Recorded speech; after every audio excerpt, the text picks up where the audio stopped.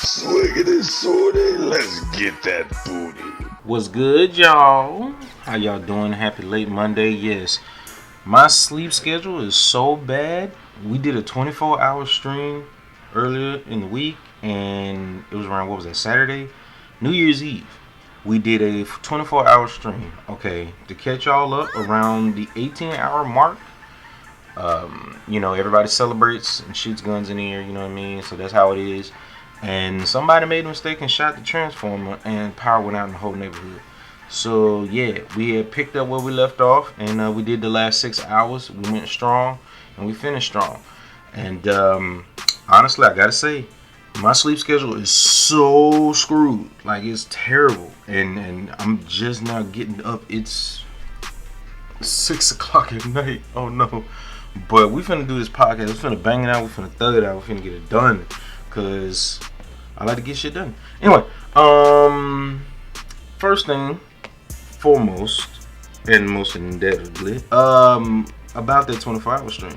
We had a good time. I really enjoyed myself. I want to thank everybody who came by and supported. Thank everybody who decided to stop by. And anybody who just was there to watch. I thank all y'all. We had a great time. A really great time. And beyond that, I really want to highlight that we've been having a great time playing some Resident Evil games, and it's been fun. I can't wait to get back to Resident Evil 5. That's what we've been playing lately. We've beaten, for fun, we beat Mega Man X2. What else did we play? Oh, a lot, actually. I think I did a good chunk of it was Apex, because that's a game that can keep me awake for many, many hours on end. I would have to be really tired to stop playing Apex. But yeah, we played a lot, man, and it was great. So at the current moment, I'm wondering while we play 5. I'm debating, should I play Resident Evil 0 alongside Resident Evil 5. But at the same time, I'm thinking maybe not. So we'll see. You'll find out come Wednesday. I won't be back Tuesday. I'll come back Wednesday. And that's when you'll see me resume the stream, because I gotta correct my sleep schedule somehow. It's gonna be hard to do this because I don't like, not doing nothing. But we're gonna see what we can do. Anywho's, first things first, let's talk about what I've been watching this week. So apparently, this past week, we decided to take a look at Ninja Scroll, which is a movie that it feels familiar. I feel like I've seen it, but I didn't remember any of it. And damn, was it awesome. That art style and all the stuff they did, like all that hand-drawn art, bro, was so delicious. It was beautiful. The fights, they may not be as fantastical as today's like anime fights, because they have more tools to be able to animate these fights today. But as far as hand-drawn fights go, it was brutal, it was entertaining, it was fun, it was great to look at, it was great to listen to. The sound effects of the dude with the stone skin, when he was throwing his, whatever that was, that huge, I don't know, double-ended kunai boomerang thing, whatever it was. Like, it was so much good stuff in that whole thing. The sound design was perfect. And the moment where Jubei was getting his ass beat against the wall by Genma, and you can hear the wall, the sound of his back hitting the wall behind him as he's getting his ass kicked. And not only that, you can hear him trying to catch his breath each time he gets punched in the stomach. The wind's getting knocked out of him. It's a work of art. It is a masterpiece work of art. 10 out of 10. Oh my God, it's so good, man. It's just so good. And now there's even details that you wouldn't realize until later on in the plot when it's revealed. So I loved it, man. I loved it. I can see myself watching it again. That was great. I actually had a good ass time. Now, forward from there, we also took a look at some Pootie Tang. Shout out to Dirty Napkins over on Twitch. The boy did a 48-hour stream, and I thought I was strong. Woo-wee! I thought I did something. Boy, I thought I was over there balling. This man did a 48-hour stream. And yeah, it was a good time, man. Y'all ought to check that shit out. Like, he ain't bad. If you like Call of Duty, you know what I'm saying, stuff like that, you know what I mean, go ahead and check him out. Y'all know me, I'm not too big on the Call of Duty, but I do respect his grind and his hustling, you know what I'm saying? I do pop in and watch him from time to time. So yeah, y'all do that. And yeah, be easy. Lemon squeezy and greasy. Anyway, next thing on the docket, well, first thing on the docket, because we might as well just jump on in the news. Because honestly, I got nothing more to filibuster about here, and we ain't really played no new unique games in a bit. So yeah. But I will make it known, since I've beaten Resident Evil 3 and 3 Remake next to each other, that anybody who complained about Resident Evil 3 are out of their mind. I'm sorry, I love you, you're fine, you deserve to live just as any other human being, but still you stupid. Alright, can I be real with you? Can I be real? Alright, Resident Evil 3 Remake was a great game, and it was a complete game, and a better game than the original. The original was a clunky PS1 mess, and it was a product of its time, and it didn't even live up to the game that came before it during its time. So I don't even want to hear no shit. Number one. Number two, the best thing about Resident Evil 3 original was the extra modes after you beat the game, and that's it. Original Carlos was trash. Original Carlos was trash. I'm gonna say it again. Original Carlos was butt cheeks. And then finally, everything else after that really didn't pan out. It was just like new area. It's small though. Here's another new area. It's small though. And they didn't even give you like the pacing was terrible in the original game. You're in Raccoon City for like the majority of the game, big chunks of it. It's terrible to navigate. The map makes no sense. They spawn the nemesis in doorways that you're supposed to go through, so you can end up wandering around when usually that type of mechanic and game design is meant to lead you toward where you're supposed to go. So that was a terrible decision. And on top of all of that, some things in that game just was like events that just felt like just way too scripted. The entire situation where you bump into Nikolai after he kills the dude in that one office, and then you go into the kitchen in the back, the pantry or whatever the hell it was, with all the food, and you find all the gunpowder and some type of key or whatever that you need. And as soon as you pick up that key, guess what? Boom, bunch of zombies just magically just crash through the windows. Nikolai disappears. Here comes all the zombies in the hallway in the back. Alright, so you shoot them all, you kill them all, and then you're just supposed to go on about your day. Like, it didn't feel like it was enough. And I'm not saying that Resident Evil 3 was bad, but I'm just saying, like, it didn't live up to what came before it, and I didn't ever see it on the caliber as Resident Evil 2. Now, the thing about it is, when you accept the fact that Resident Evil 3 is supposed to be more of an arcade shooter rather than survival horror, or arcade horror shooter, I guess you could say, whatever, I guess that's what betrays it, because it's way too, because of the arcadey nature, you don't really have to manage your ammo that much.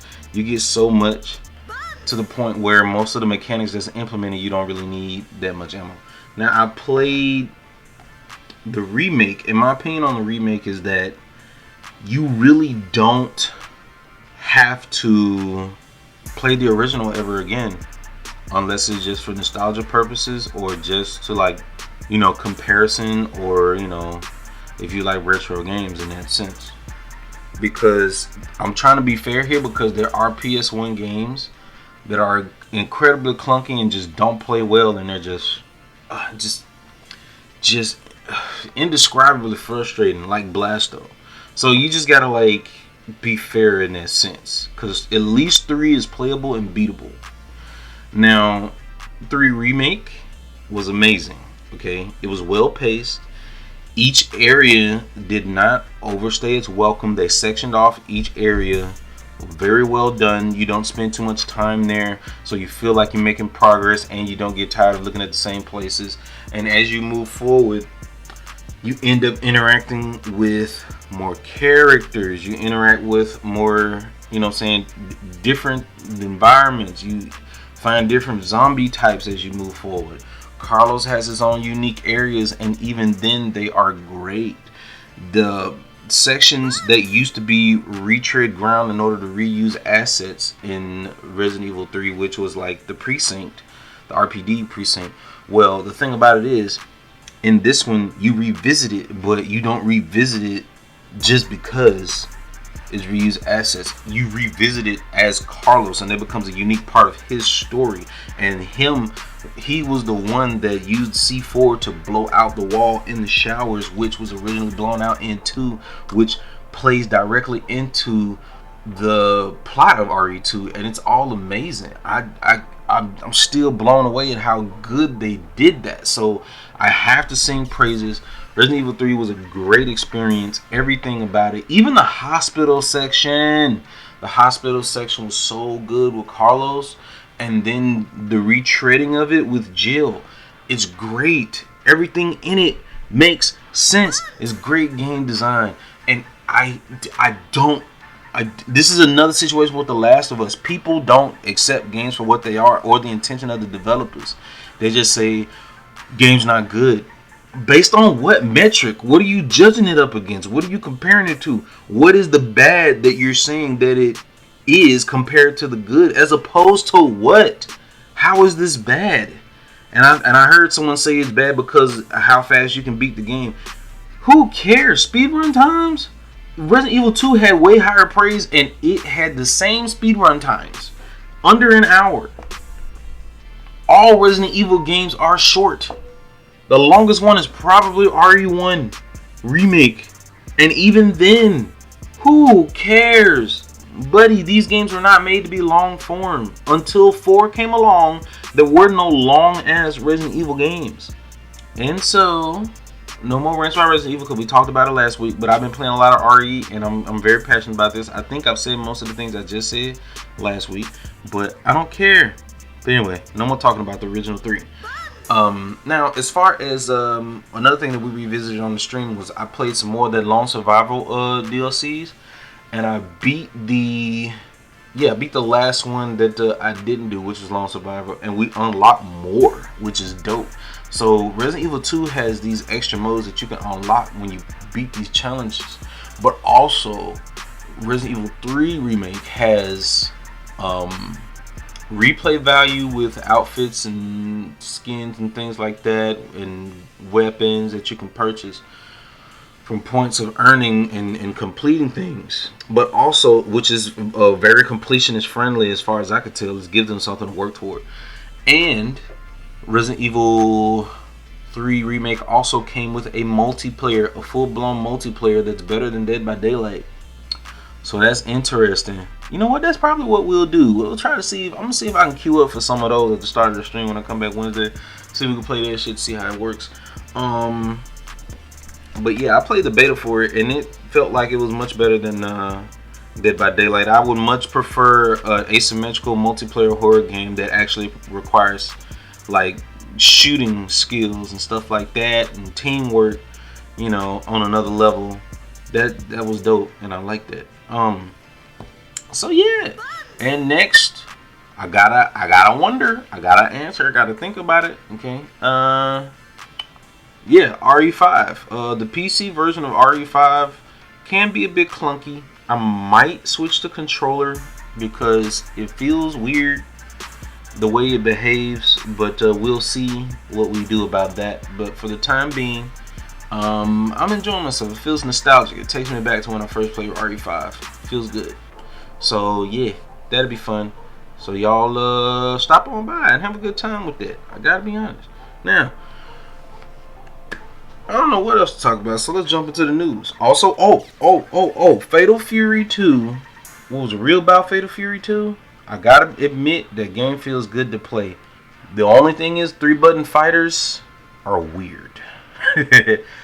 But it's fun. It's fun. It works out. Feels good. Had a good time with it, so it ain't bad. These running wild, you bastard. If you're gonna make a video with me fighting you and beating your ass, you could at least link my channel in the description. Ass hat. But yeah, But I love you, and I see y'all niggas trying to get me back into fighting games. I could tell. I ain't no fool. I ain't trying. Anyway, let's get into the news, y'all, so we can wrap this up. Over on PCGamer.com, first thing on the docket, Asus develops a DDR4 to DDR5 adapter card. You should see this ugly dumb shit here, boy. It's interesting to make from an engineering standpoint, but Lord, it's so dumb. It looks like a Game Boy. You know the Super Game Boy? If y'all don't know what the Super Game Boy looks like, go ahead and Google that, a picture of that. And it's basically a big ass cartridge that you can put Game Boy tapes into and play the Game Boy games on your Super Nintendo 3 TV. And this right here is dumb. The adapter basically, it draws a lot of power on the Mobo, so it's not really that efficient, honestly. And the thing about DDR5 is, well, I'll just read it from the article ad nauseum. While the Alder Lake memory controller supports both DDR4 and DDR5, the modules are fundamentally different in terms of architecture and power supply. The latter is a key roadblock, as a DDR5 motherboard lacks the ability to manage the power supply of a DDR4 module. So this would have to be done via the converter. And that's where problems arise, because it says that could this kind of solution benefit hardcore overclockers? The high latency of DDR5 doesn't suit some benchmarks, and so the ability to use DDR4 memory in a high-end board could see it get limited interest. But then there are other issues, such as very long memory trace lengths, which means that even if everything else works perfectly, it will never be able to reach the same maxed out clocks and timings as a DDR4 motherboard. So long story short, boards have to have the memory modules that it needs, which is, if the board is made for DDR5, then give it DDR5 and you will get the maximum amount of performance, because components are literally designed with other components in mind. So with that being said, if you're working on something that's made and optimized for DDR4 but also compatible with DDR5, that doesn't mean that it's optimized for DDR5. So you're not going to get the performance that you would if you had a board that was literally optimized for DDR5 memory and then you're using DDR5 memory on that board. Anywho's, y'all get what I'm saying. What I'm trying to say here is that how can I say? I hope y'all understood that. I'm gonna trust y'all. I know y'all smart. Y'all listen to me. I know y'all get it. And if you want more explanation, ask me in the stream, I guess. And there's no shame in it. You know what I mean? If you need more breakdown, it's fine. But yeah, basic computer components can only do what they're told and made to do, and because of that, you have to give it what it's made to do. So yeah, this converter is not that great. It's also super tall. Like, it's tall to the point that it can likely block your fans. If you're using like a Noctua cooler or any type of vertical fan coolers on your CPU, it could literally block airflow with this converter, and it's actually super tall and kind of problematic. So keep that in mind as well. So yeah, and in its current state, the converter can only accept one module, so you need to run two for dual channel. Running the device would require extensive BIOS modifications, since Asus Maximus boards all use DDR5. It would require a lot of engineering hours to properly implement, meaning it's more work than it's worth, and it's just not worth it. Next thing on the docket, same site, different article. Intel is set to disable AVX512 on its 12th gen CPUs. It was expected, to be honest, as the subtitle, and honestly, I'm not surprised. The thing about this, and the most beneficial thing about AVX512, was that it was super useful on the RCPS3 emulator, and it didn't really benefit much else aside from, you know, saying very key separate applications and whatnot. So in recent BIOS updates, it's going to be disabled altogether, and honestly, it sucks, you know, but oh well. It says that Intel is set to fully disable the AVX 512 instruction set on its entire Alder Lake CPU range. Prior to writing our launch reviews, we had no reason not to believe Intel when it claimed that AVX 512 is not available on 12th gen CPUs. It wasn't long after though that motherboard manufacturers and users discovered that the omission of AVX 512 turned out to be a soft lock. So basically, because of this soft lock, people were making their workarounds and making sure that they could disable or enable it, whichever they preferred. And all in all, once they update the BIOS, it won't matter at all. All those workarounds will be defunct, and they'll have to deal with it. So either run older BIOS and no update, or just, you know, accept the coming things. But I'm not sure. I'm not as well. Oh, they said right here in the article, the PS3 emulator. Yeah, I'm not sure what other software is going to be. It has been very applicable with.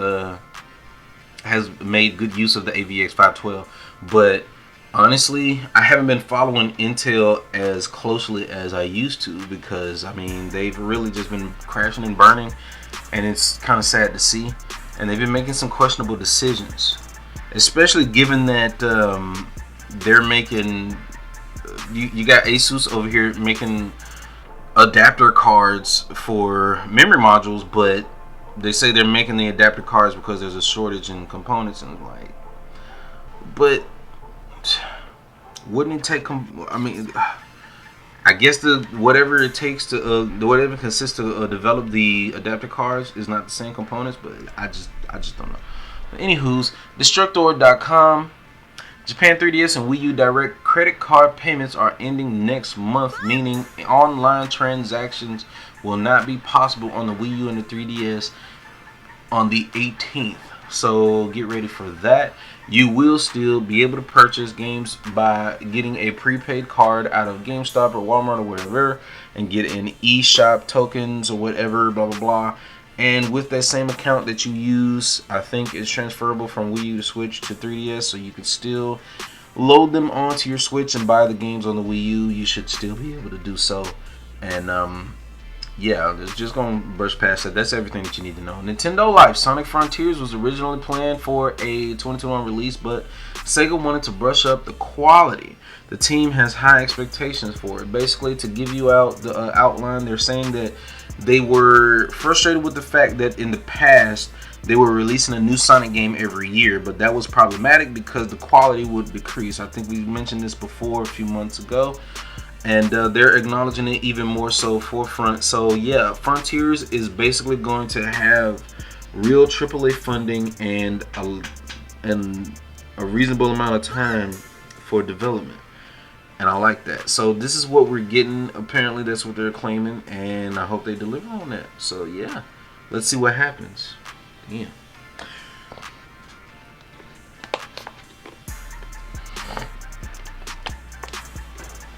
And last thing on the docket, Square Enix says it hopes NFTs and blockchain become a major trend in games. Honestly, bro, this NFT shit's getting out of hand.